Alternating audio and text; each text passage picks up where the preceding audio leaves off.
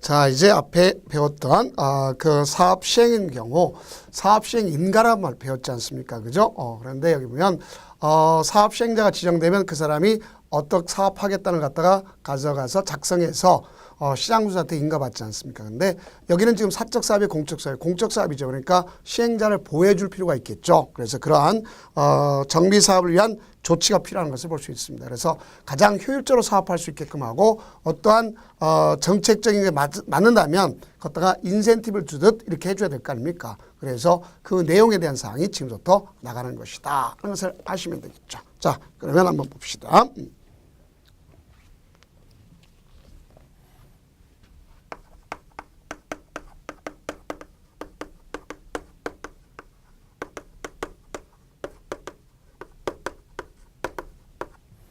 정비사업 시행을 위한 조치 등 그랬는데요.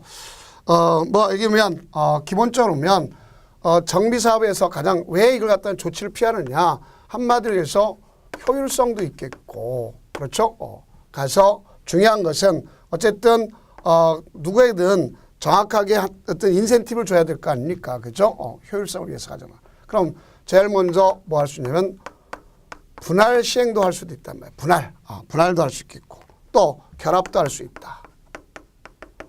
이건 어디랑 또 공통점이죠? 우리가 같은 공통점인 것이 도시개발구역 때도 마찬가지. 도시개발구역 때는 분할한다. 그럼 뭐 최소 단위가 1만 제곱미터 이상이다는 말을 썼죠. 자, 이거는 또 우리가 주의해둬야겠죠. 근데 여기는 규모에 대한 개념은 없습니다. 여기는요, 규모에 대한 개념이 없고, 우리가 둘 이상을 갖다 효율적으로 떨어져서 할 수도 있고, 효율적으로 같이 할 수도 있다. 는 것을 볼 수 있습니다. 자, 그러면 이런 것은 세부적 사항은, 여긴 정비구역은요, 정비구역에 대한 세부적 사항은 뭐로 다졌느냐? 조례로 정하도록 되어 있습니다. 그래서 이 내용은 누가 하는 거냐? 여기는 시장 군수가 이 자체를 하는 거죠. 그러면 차이점이 뭐냐? 위에는 누가 할 수 있냐면 이 정비구역은 누가 하느냐? 시행자가 하는 거지만 여기는 누가 한다면 시장 군수가 하는 거다. 차이점이 이렇게 차이가 있어요. 그래서 제가 이렇게 두 가지 비교한 이유가 여기 있는 겁니다. 자, 두 번째는 순환 정비가 있겠죠. 역시 도시개발법과 정비법이 같습니다. 그러니까요, 우리가 같다고 볼 수 있어요. 그래서 순환정비 사업을 합니다. 근데 순환정비 사업을 하는데 여기는 정비법에서는 다만 우리가 동일성을 띈다 할지라도 다만 차이점이 있다는 얘기겠죠. 어디서 할 수 있냐? 순환정비가 못하는 데가 있어요. 가로주택 정비 사업은 순환정비 사업 방법이 없습니다.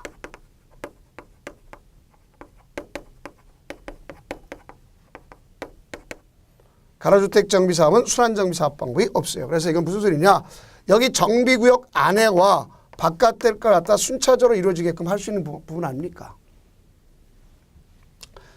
그래서 가로구역 해봤자 우리가 기념해봤자 얼마야? 1만 제곱미터 미만 아닙니까? 그러니까 미만이니까 순차적으로 뭐 순환 정비 방식 이런 걸 할 수가 없음을 알 수 있겠죠. 자, 그다음 세 번째는 임시 수용시설.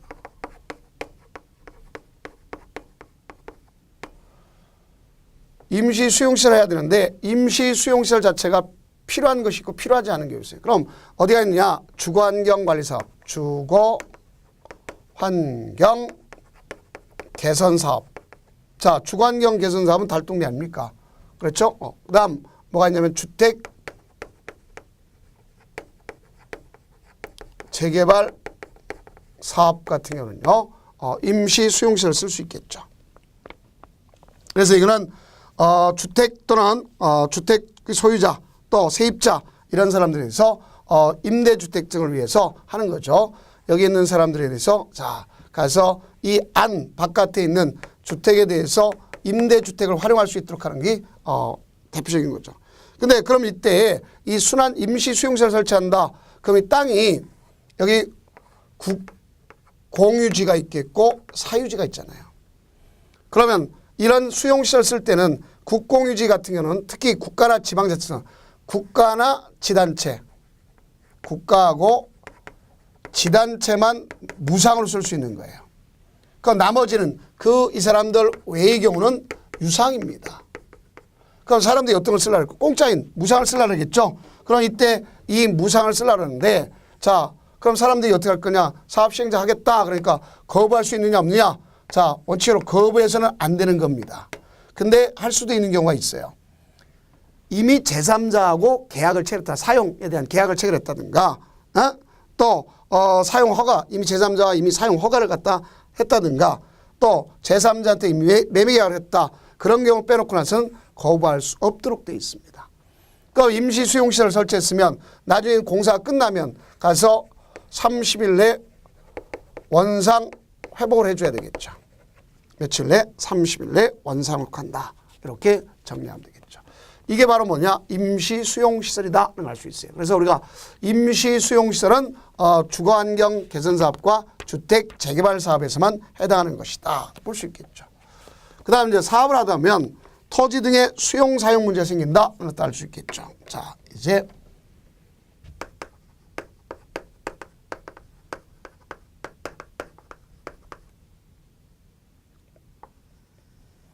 토지 등의 수용 사용 문제가 생긴다. 알 수 있지 않습니까?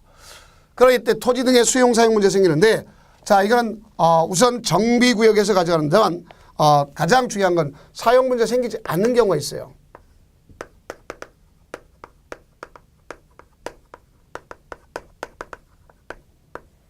가로주택 정비사업하고 주택 재건축 사업.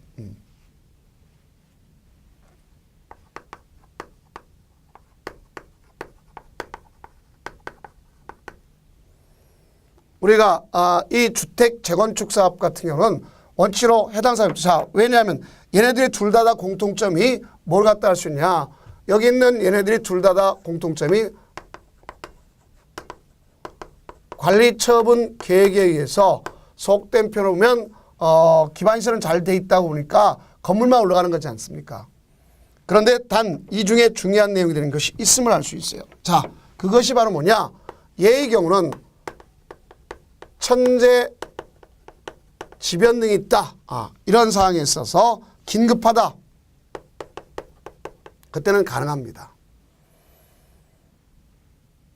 그럼 이런 수용 사용에 있어서 이 법의 규정을 따라가야 되는데요. 자, 이 법의 규정이 없다. 그럼 어디 걸 따라가도록 되어 있어요?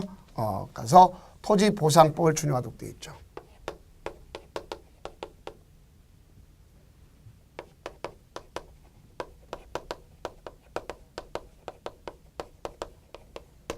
그럼 토지보상법을 준용한다는 공익사업을 위한 토지 등의 취득 및 보상의 법률을 준용한다는데 이 준용할 때 여기도 특례가 있으면 알 수 있겠죠.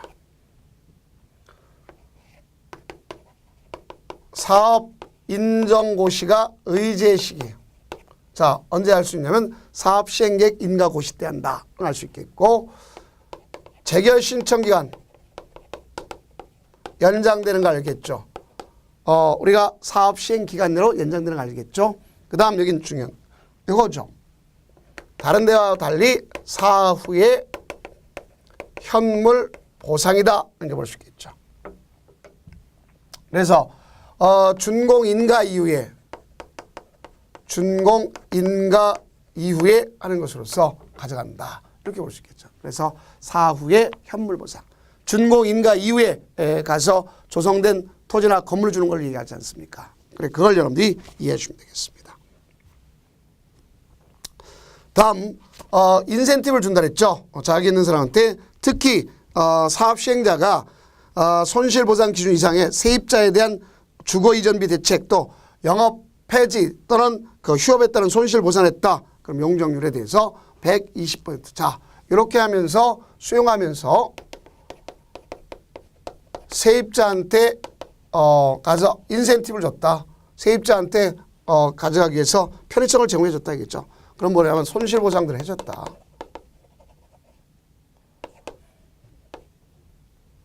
그러면 이렇게 사업 시행자한테 인센티브를 주는 거예요. 세입자한테 유리하게 해줬다면 손실보상 같은 걸 해줬다. 그러면 가서 법정 용적률에 대해서 125%까지 완화시켜 줄 수 있도록 이렇게 되어 있습니다. 그 다음 이제 주택 재건축 사업에 대한 특례가 있다는 것을 볼 수 있는데요. 자, 이런 건 이제 이렇게 우리가 정리해 주면 되겠죠. 주택 재건축 사업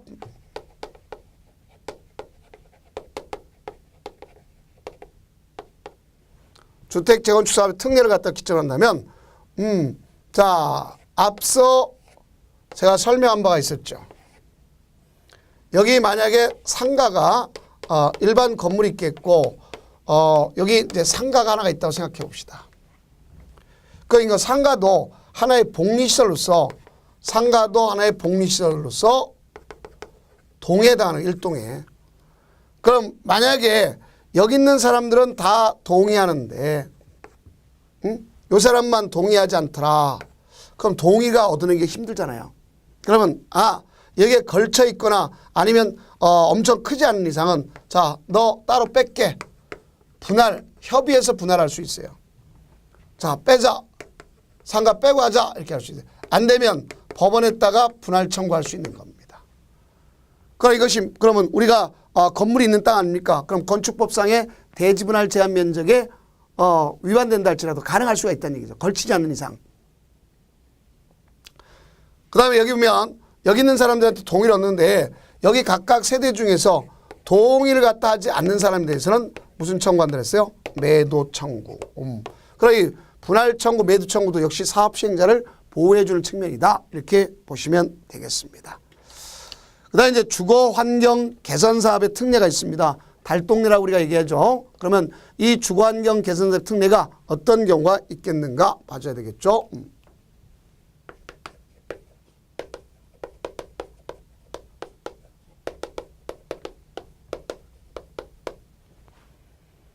이 주거환경 개선 사업에 특례가 있다 그러면 여긴 달동네이기 때문에 우리가 국민주택 채권 소위 가장 중요한 게 국민주택 채권 매입하느냐 안 하느냐 이건 주택도시기금법 거죠. 달동네이기 때문에 국민주택 채권을 갖다가 매입 자체를 갖다가 하지 말라 이렇게 돼 있습니다. 그렇죠? 적용하지 않는다는 얘기죠. 그다음에다가 도시공객시설의 구조 같은 거 따지면 될까 안 될까? 안 되죠.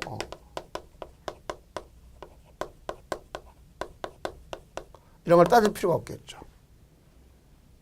지금 먹고 살기 힘든 동네입니다. 저수증이 밀집되어 있는 지역이죠. 자, 그다음 건축법상 걸 갖다 완화시켜 줄 수 있겠고요.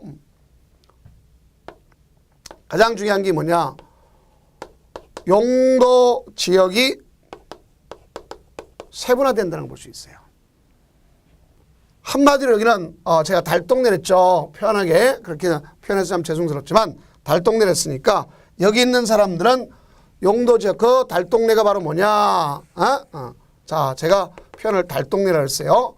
자, 달동네를 갖다 이제 주거환경을 개선하는 거 아닙니까? 그 여기는 한마디로 주택단지 형태나 마찬가지겠죠. 편하게. 그러면 하나의 주거지역이나 마찬가지 아닙니까? 주거지역 중에 원칙이 어디냐? 일반 주거지역을 기준점으로 하는 거단 말이에요. 일반 주거지역. 그러면 일반 주거지역도 그 사업하는 데가 뭐냐에 따라 달라질 수 있죠. 자, 여기 관리주택, 자, 예를 들어서, 기본적으로 됐을 때, 사업 자체, 사업 시행 방법이 관리처분 계획에 의한다든가, 관리처분 계획에 의한다든가, 아니면 수용 방식에 의해서 했다. 그래서 이렇게 했으면 높이 올라갈 수 있다기는 3종의 일반 주거지로 봐주는 것이 원칙이란 말이에요. 어떻게? 3종의 일반 주거지로 봐주는 게 원칙이다. 이렇게 볼 수 있습니다. 그래서 그 사람들한테 가장 3종의 일반 주거지로 기점을 갖다 삼는 것이 가장 핵심적인 포인트고, 그 다음에는 이제 또 거기 우리 그 교재의 관점에서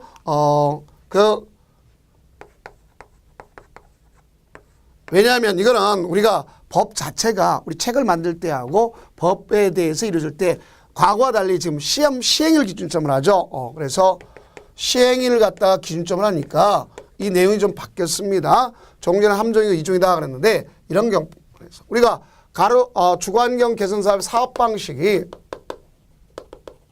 몇 가지가 있느냐? 5가지가 있어요. 계량 방식 있겠고, 가서 환지 방식 있겠고, 또 수용 방식 있고, 혼용 방식 있고, 그렇죠? 그 다음 관리 처분 계획 방식 있지 않습니까?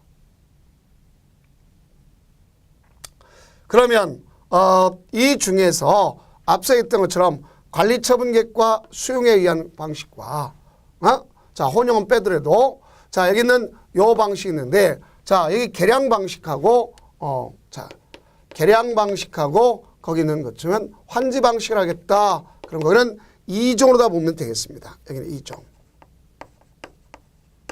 근데 여기가 이제 그린벨트와 관련돼 있다. 그러면 그런 경우를 적용할 수가 없고 그 다음 이제 문제가 바로 뭐냐 여기에다가 자 우리가 그 기업형 임대주택 기업형 임대주택 등을 만약에 200세대 이상 가져가겠다. 그러면 여기는 준주거지역으로 그러니까 주거지역은 맞는데 그 주거지역이 2종이냐 3종이냐 준주거지역이냐 이렇게로 변경이 된다 하는 것을 아시면 되겠습니다. 이 내용은 이제 법이 개정된 내용이기 때문에 우리가 종전 내용과 좀 다르다 하는 것을 볼 수가 있습니다. 자, 그 다음에 주거환경 개선 사업의 경우는 공익사업이나 토지의 취득 보전할 법률에 의해서 공공시설의 통상적 수준의 그 생활기본시설 적용받지 않는다 이렇게 볼 수가 있습니다. 그래서 여러분들이 그런 내용 가지고 정리를 꼭 해두시기 바랍니다. 자 그렇다면 이제 기출 체크를 갖다 한번 해보도록 해봅시다. 도시 및 주거환경 정비법령상 정비사업 시행을 위한 조치 등에 관한 설명으로 틀린 것 그랬습니다. 사업 시행자는 주거환경 개선 사업의 시행을 철거되는 주택의 소유자에 대해서 당해 정비구역 내외에 소재한 임대주택 등의 시설을 임시로 거주하거나 주택자금의 융자, 알선 등의 임시 수용에 사용하는 조치를 해야 한다. 당연히 맞죠. 그 다음 2번 국가가 사업 시행자로 임시 수용실에 필요한 건축물의 사용 신청을 받았음에도 이미 그 건축물이 매매 계약이 제3자와 체결됐대요. 이럴 때는 거부할 수 있습니다. 그러나 그렇지 않고는 원칙적으로 거부해서는 안 된다 그랬죠. 그 다음 3번 주거환경 개선 사업에 따른 건축 허가를 받은 때는 주택법에 자 이제 이것이 이제 종전에 이제 주택법이지만 지금 이제 기출돼서 뭐가 됐어요 이제는 자 도시주택기금법으로 갔죠. 그렇죠. 그래서 도시주택기금법상 국민주택 채권을 갖다가 매입 규정 적용한다 그랬어요 안 한다 그랬어요. 자 이거는 적용하지 않는다 그래야 되겠죠. 자 그래서 정답은 바로 틀린 답은 바로 3번이구나 하는 것을 아시면 되겠습니다. 자 다음 4번이면 정비사업 시행으로 인하여 전세권의 설정 목적을 달성할 수 없다는 그 권리자는 계약을 해지할 수 있다. 맞습니다. 다음 주택 재건축 사업을 시행함에 있어 조합이 설립인가 현재 조합원 전체의 공동소유인 토지에 대해서는 조합원의 소유로 본다. 당연히 맞죠. 그 다음 우리는 이제 뭐가 뭐냐면 소유자가 불명확한 경우 있죠.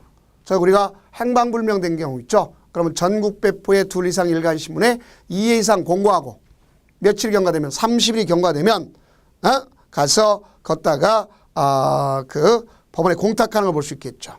그래서 이거는 결국 공동 소유가 되는 것을 알 수 있겠죠. 그래서 관리처분계에 있다 명시하는 겁니다. 조합원 소유를 보는 토지 또는 건축 처분에 관해서 가서 이거는 공동 거다 하고 명시해 주면 되겠습니다. 자, 다음 이제 인가 받았잖아요. 그죠? 그럼 우리가 사업시행 인가 고시가 있으면 그로부터 60일 내 계략적인 그 분담금 내역, 분양 신청 기간 이걸 갖다가 토지 소유자한테 통지하고 공고하도록 되어 있다 볼 수 있습니다. 그래서 이 사업시행 인가고시가 분양 통지 공고의 기산점이면서 분양 신청 대상자별 종전 토지 또는 건축물에 대한 가격 평가 기준이 된다 하는 것을 아시기 바랍니다.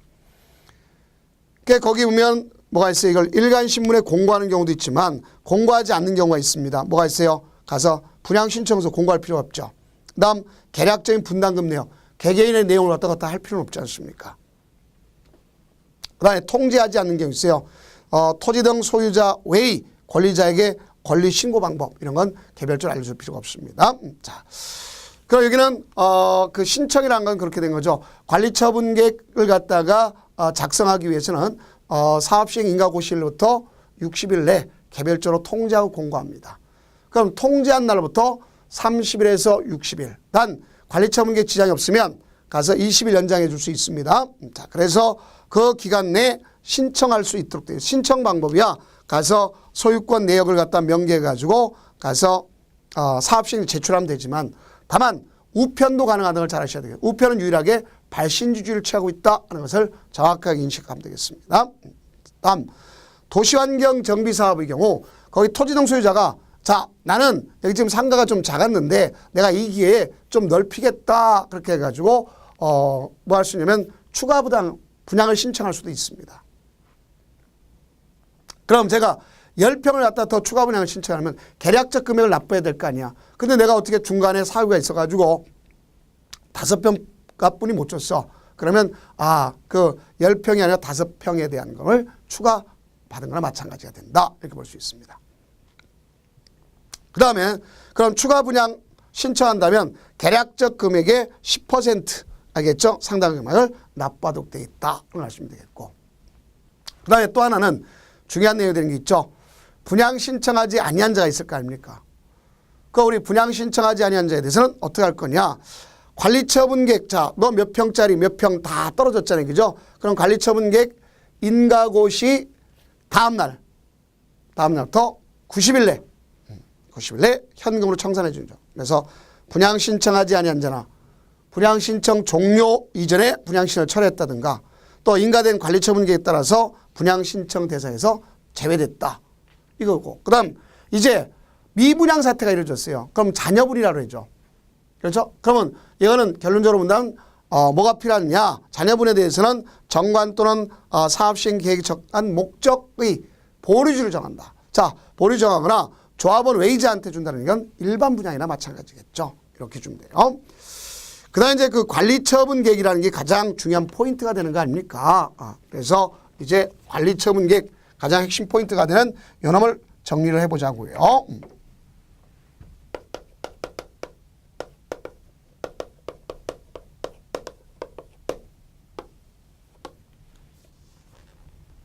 가장 핵심 포인트가 되는 게 관리처분 계획이다 볼 수 있습니다.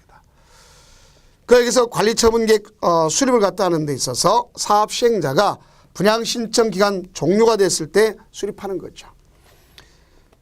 그러면 주거환경 개선 사업, 주거환경 관리 사업, 그 중에서 이제 우리가 주거환경 개선 사업의 경우는요, 그 앞에서 계량 방식이라든가, 또는 우리가 왔을 때 환지 방식이라든가 수용 방식, 혼용 방식 이럴 때는 할 필요가 없습니다. 그런 경우를 우리가 정리해 주세요. 그럼 그 내용에는 뭐가 있느냐? 여기 내용이 있죠. 분양 설계가 있어야 되겠죠. 분양 설계. 가장 중요한 게 분양 설계죠.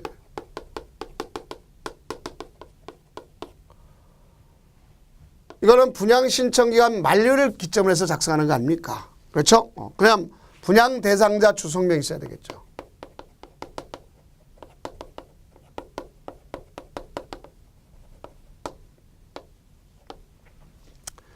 그 다음 분양 대상자별 분양 예정 대지와 건축물에 대한 예정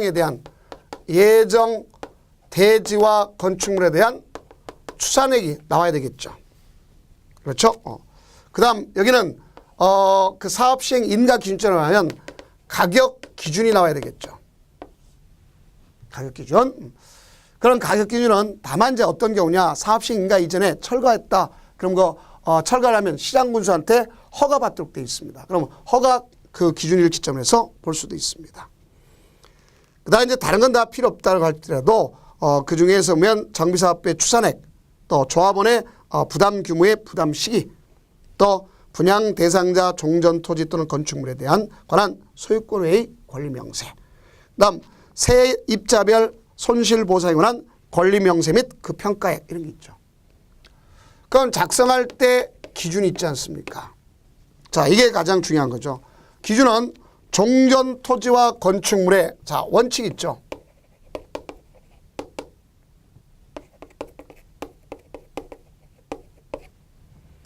종전 토지 건축물에 대해서 뭘 따지냐? 다른 거 따질 거 없어요. 위치 안 따집니다. 면적 따지죠. 이용상황 따지죠. 환경 이걸 따지죠. 그러니까 우리가 도시개발법에 있는 걸 다 따지는 것이 아니다는 걸 정확하게 우리가 인식해 봐야 되겠죠. 그래서 이런 내용에 대한 걸 따지는 것을 원칙으로 하고, 그 다음 이제 여기에 예외가 되면 우리가 정감, 직권으로 늘려줄 수 있고 줄여줄 수도 있죠. 그 다음에 부 지정할 수도 있죠. 과수하든가 아니면 구역 지정 이후에 분할했다. 얘는 투기 세력이죠. 현금을 줄 수밖에 없지 않습니까? 그 다음 또 나가서 공유 지분으로 다 줄 수밖에 없는 경우가 있어요. 뭐냐면 공유 지분으로 준다는 얘기는 그만큼 중요성을 띠는 것이 있습니다. 왜 그럴까요? 공유 지분권을 준다는 건. 자, 재위생상 알겠죠? 가서 재해 방지, 위생상 방지 이런 걸 위해서 본다면 너무 작게 못 주면 크게 줘야 될 거예요. 그럼 한 사람한테 다 줄 수는 없잖아요. 그랬을 때 공유 지분권으로 준다. 규모를 적절하게 해서 교부할 수도 있겠고. 다음 앞서 했죠. 이 분양 설계는 분양 신청 기한 만료를 기점 만들었죠.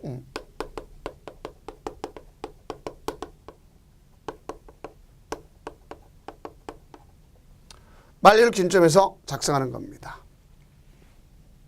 그럼 이 안에는 주택 공급에 관한 사항도 나오겠죠.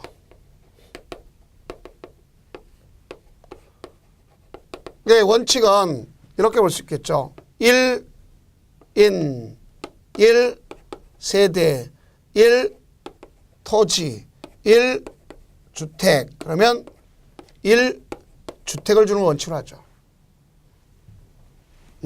이걸 갖다 긴점은 1인 1세대. 그러면 봐서 이렇게 볼 수 있겠죠. 자, 이게 원칙인데 여기에 이제 예외가 있겠죠. 예외를 보면 예외는 어떤 경우냐? 조례가 정한 만큼 정책적이겠죠. 지방자치단체들이 자 인구 유입 정책을 위해서 할 수도 있겠고 정책적인 거. 두 번째는 소유만큼 받는 경우도 있습니다. 그래서 소유만큼 받는 거는 자 가장 조심할 내용이 있습니다. 여기서 어떤 경우냐? 수도권에서 과밀 억제 권역이냐 아니냐 따지는데 권역이 아닌 곳에서의 재건축 사업, 주택 재건축 사업은요 가진 만큼 가질 수 있어요. 그럼 반대로 과밀 억제 권역이다 하면 하나뿐이 못 갖는다는 얘기입니다. 그 다음 근로자 숙소 등을 위해서 쓴다. 우리가 그래서 주택용으로 쓴다. 그 다음 국가 지단체 등이 있다.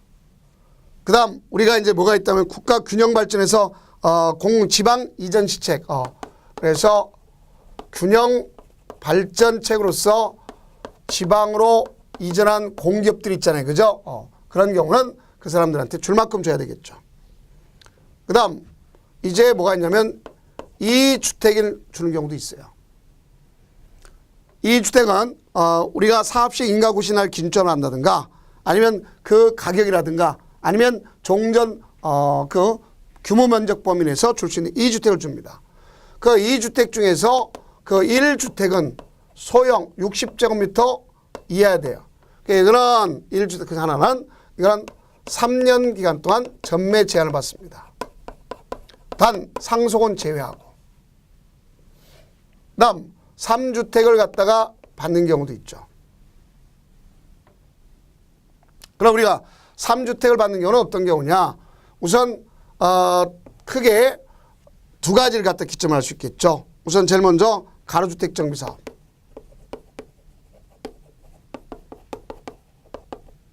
그중에 다 세대가 있다.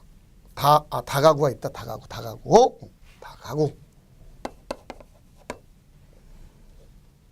그래서 소유한 자에 대해서는 이렇게 볼 수가 있습니다. 자, 그 다음 우리가 과밀억제권에서 투기관리지에 위치하지 아니한 자 봐봐요. 과밀 억제권역입니다.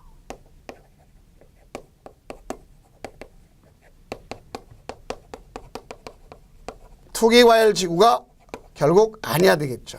거기서 주택 재건축 사업이야 되겠죠. 그 결론적으로 자 보세요. 이거 두 가지로 보는데요. 자, 과밀억제권이 아니면 재건축은 소유한 만큼, 과밀억제권역에서는 하나 받는 경우도 있고 세 개 받는 경우도 있다. 투기과열지구냐 아니냐. 투기과열지구라면 하나, 투기과열지구 아니면 세 개 이렇게 되는 거다 말이에요. 알겠죠? 이걸 가장 기본적인 틀로다 삼으라 이렇게 볼 수 있습니다.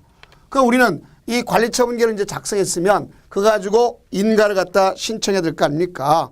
그럼 이제 거기와 관련된 문제를 갖다 한번 풀어보도록 해봅시다. 자, 그러면 기출 체크 한번 봅시다. 도시 및 주거환경 정비법령상 관리처분계획의 기준에 관한 설명으로 틀린 것. 1번 같은 세대에 속하지 아니한 2인 이상이 1주택을 공유한 경우 그거는 하나를 갖다 받는 거죠. 그래서 1번 틀렸네요. 그 다음 지나치게 넓은 토지 또는 건축물에 대하여 필요한 경우에는 이를 감수하거나 대지 또는 건축물에 적정되도록 한다. 증감할 수 있죠. 직권으로. 그 다음 분양 설계에 관한 계획은 분양 신청일 만료일을 기준으로 수립한다. 맞죠? 그 다음 근로자 숙소, 기숙사용 주택으로 소유하고 있는 토지 등 소유자에게는 소유한 주택 수만큼 주택을 공급한다. 맞죠? 그 다음 너무 좁은 토지 또는 건축물이나 그 정비구역 지정 후 토지를 갖다 분할해서 취득, 분할한 토지를 취득한 자, 뭐라 했어요? 투기라고 볼 수밖에 없다 그랬죠. 이런 사람은 현금으로 다 청산해 주는 것을 알 수 있겠죠. 다음은 이제 인가를 갖다 하는 겁니다. 자, 그럼 여기 보니까 우리가 인가를 갖다 한다는 건 누가 인가해 주죠? 시장군수가. 그 인가해 주기 전에 이를 갖다 미리 사본을 갖다가 공람시켜요. 관계서류 사본을. 토지 등 소유자에게 공람시켜요. 알겠죠? 의견을 듣는 겁니다. 그러고 나서 인가 여부를 갖다가 30일 내에 알려주는 게 원칙이야. 근데 거기에 대해서 문제가 있는 것이 바로 뭐냐. 자, 하나의 한국감정원에 인가 신청된 관리처분계획의 타당성 검증이 필요하다. 그럼 타당성 검증이 필요하면 그 타당성 검증하는 시간이 있겠죠. 그럴 경우는 30일이나 60일 내에 그 사업시행자 알려주도록 되어 있어요. 그럼 만약에 시장군수가 인가했다. 그 인가를 갖다 했으면 이를 갖다 고시하고 그걸 통제주도록 되어 있는 것을 알 수 있습니다. 그 이때 고시 요지가 있는 걸 볼 수 있는데요. 자, 우리는 그 내용 중에는 고시 포함되는 고시 요지. 자, 그럼 고시 요지는 뭐가 있느냐? 거기에 대지 및 건축물의 규모의 건축계획, 또 분양 또는 보류지 규모의 분양계획, 신설 또는 폐지된 기반시설의 명세, 나가서 기존 건축물을 철거하기 위한 시기 등이 그 안에 반드시 들어가야 되는 겁니다. 언제 철거하겠다는 시기. 그래서 그와 관련된 것도 나온 적이 있습니다. 어렵게. 자, 그럼 한번 봅시다. 기출문제죠. 도시 및 주거환경 정비법령상 시장군수가 관리처분계획 인가 내용을 고시하는 경우 고시에 포함할 관리처분계획 인가 유지로 옳은 것. 그럼 여기 있는 내용 다 하도록 되어 있죠. 앞서 있는 네 가지. 기존 건축물의 철거 예정 시기, 대지 건축물의 규모의 건축계획, 분양 또는 보류지의 규모와 분양계획, 신설 또는 폐지되는 정비계획, 정비 기반시설의 명세, 이런 경우가 있다 볼 수 있어요. 그래서 우리는 이제 그 시행 규칙에 보면 인가를 갖다 고시할 때 고시 내용은 이제 정비사업의 종류 명칭 있죠. 그렇죠? 또 정비구역 위치 면적, 사업시행자의 명칭과 즉 사업시행자 성명과 주소, 그러면 관리처분계획 인가 시기 이런 걸 갖다 하면서 그 안에다 이런 요지를 반드시 해주도록 되어 있다 하는 것을 아시면 돼요. 그럼 이제 관리처분계를 인가받았잖아요. 그죠? 그럼 인가받았으면 그 효과가 무엇인가 하는 걸 갖다 우리가 정리를 한번 해보자고요.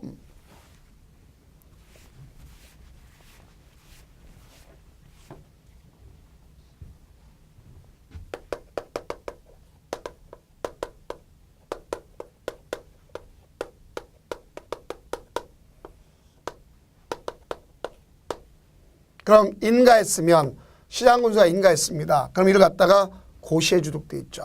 그럼 이 효과가 뭐냐 하는 것을 이해하면 되겠습니다. 자, 그럼 인가고시의 효과를 갖다 보면 자, 이런 게 이제 중요한 거죠. 첫째, 원칙적으로 인가고시 하면 철거할 수 있습니다.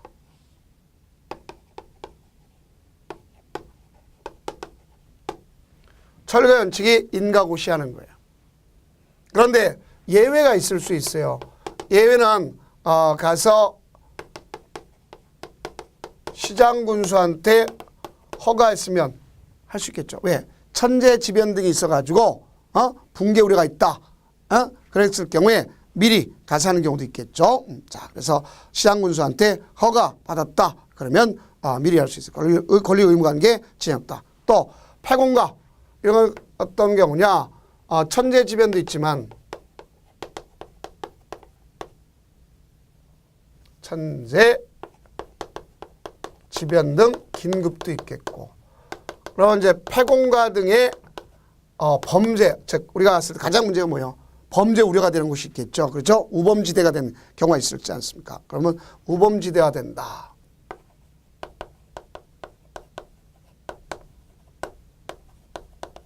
그러면 허가해서 철거할 수 있습니다. 그러니까 원칙이 관리처분계획 인가했을 때 철거하는 게 원칙이다. 이렇게 볼 수 있습니다. 그런데 이제 철거가 제한받는 경우도 있어요. 자, 어떤 경우에 제한받느냐? 우리는 가서 시기를 제한받는 경우도 있어요. 일출 전, 일몰 후. 그렇죠? 아니면 우리가 천재지변 특보가 발생했다. 또 재난이 일어났다. 이런 경우 있겠고. 그러면 일정한 경우는 뭐 할 수 있냐? 그 고시가 있는 때에 종전 토지 또는 건축물의 소유자, 지상권자, 전세권자, 임차권자에게 자, 여기에 대해서 사용 수익을 정지할 수도 있습니다. 철거를 하면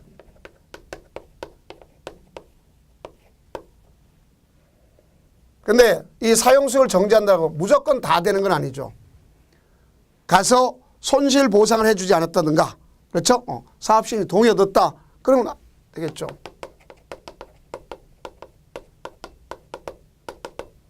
손실 보상이 안 됐으면 사용 수익을 정지시킬 수가 없습니다. 그러니까 이와 같은 경우 보니까 자 보세요. 이 손실 자 여기 사용 수익을 정지시켜서 철거하겠다. 그 여기 가장 큰 문제점이 되는 게 이거죠. 무엇보다 가장 중요한 건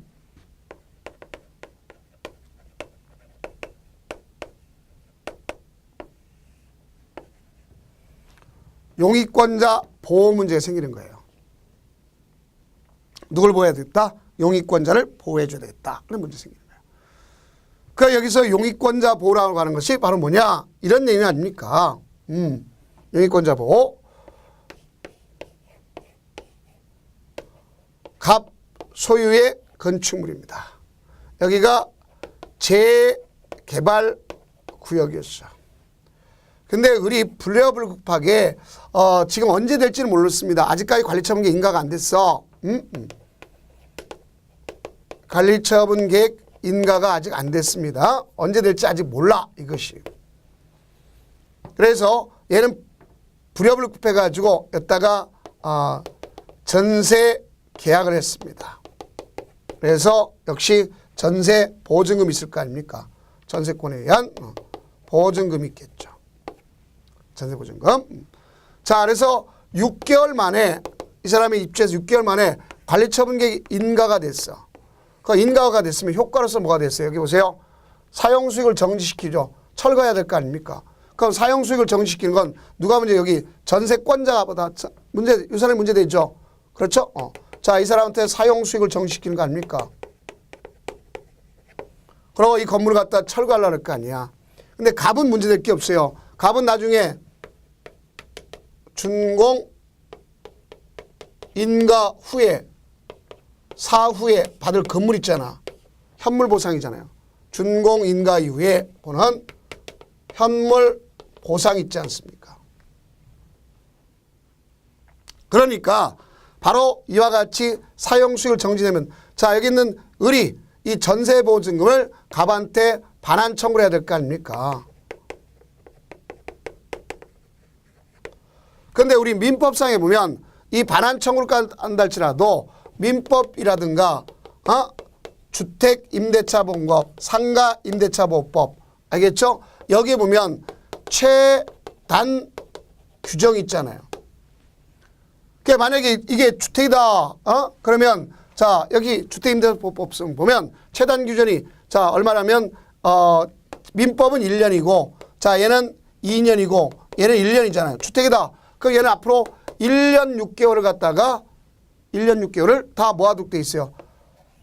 살아야 되는데 돈을 금전을 반환 안 해주잖아요. 집주인이. 그러니까 이 사람은 재개발이니까 여기 있는 사업 시행자가 마련해준 여기 임시 수용시설 가야 되는 결과를 가져주잖아요. 내 돈 주고.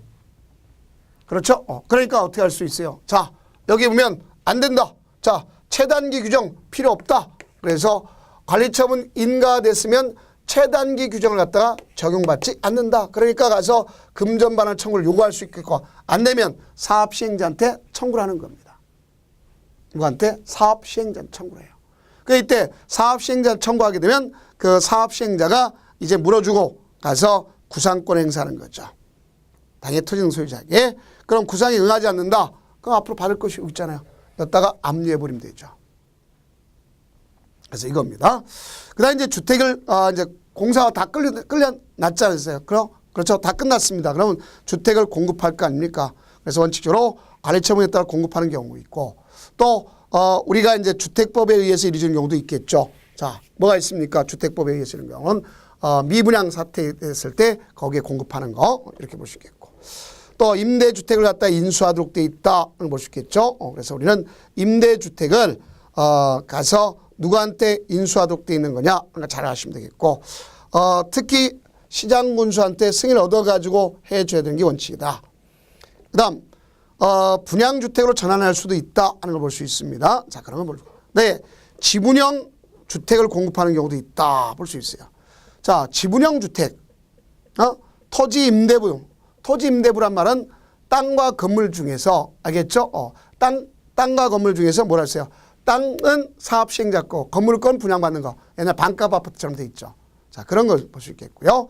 그 다음에 밑에 있는 걸 보면 지분형 임대주택이란 건 자, 뭐였어요? 사업시행자, 특히 주택공사하고 분양 대상자와 사업시행자 공동 소유하는 방식으로서의 지분형 주택이란 말을 쓸 수 있겠죠. 그러면 지분형 주택의 규모는 얼마냐? 60제곱미터 이하를 갖다 전용, 주거 전용. 자, 그래서 이 사람은 공동 소유 기간은 소유권 취득하는 10년 범위 내에서 사업시행 정한 기간까지 할 수 있어요. 그러니까 이렇게 지분형 임대주택을 받을 수 있는 사람은 요건을 다 갖춰야 돼.